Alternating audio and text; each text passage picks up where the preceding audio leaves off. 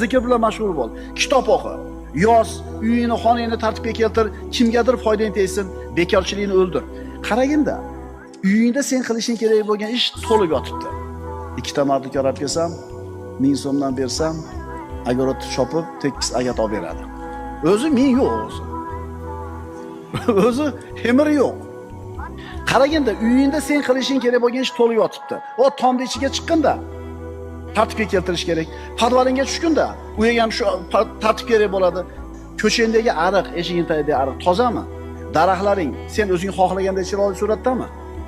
Birodarlar, musulmon odam bekarchi bo'lishi mumkin emas.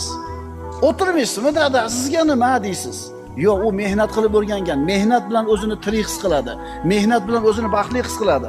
O'shuning uchun ketvonda olib sekin daraxtlarni tayin chopayotgan, agarotni to'rlayotgan, daraxtlarni putayotgan. To'g'rimi? O'shuning uchun mehnat qiladi qarilar. Tushundinglarmi endi ukalar?